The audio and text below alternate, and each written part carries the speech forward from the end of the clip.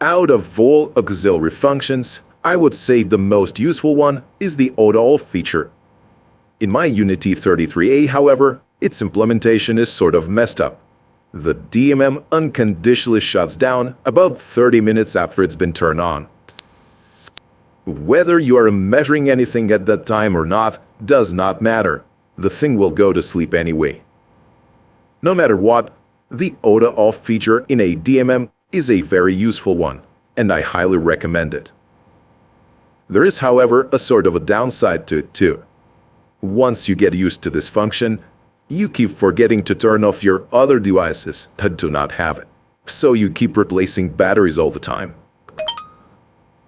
By the way, if your multimeter displays a low batt sign, the battery must be replaced immediately. The thing is, most multimeters, especially inexpensive ones, will produce incorrect readings when powered by a weak battery. So, to avoid errors and frustration, do not allow this. There's a number of yet additional features some DMMs have. For example, relative mode, the rel button. If it's activated, only change of measured value is shown instead of an absolute value. For example, if you started measuring voltage and it was 3 volts and then increased to 4.6 volts, 1.6 volts will be displayed on the LCD. There are also min and max functions that show the minimum and maximum value for the entire measurement time. What is the practical use of these functions, you may ask? Well, the max function may be used when you need to measure inrush current in a circuit, for example.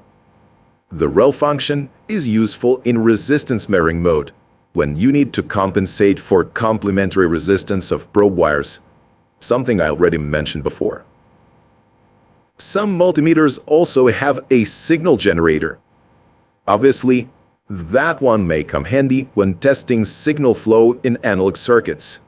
But in this mode, the multimeter can no longer perform measurements, as it will be busy generating. So it looks like then you need an extra measuring device to check for a signal at the output of your circuit. In my opinion, the signal generator in a multimeter is pretty useless.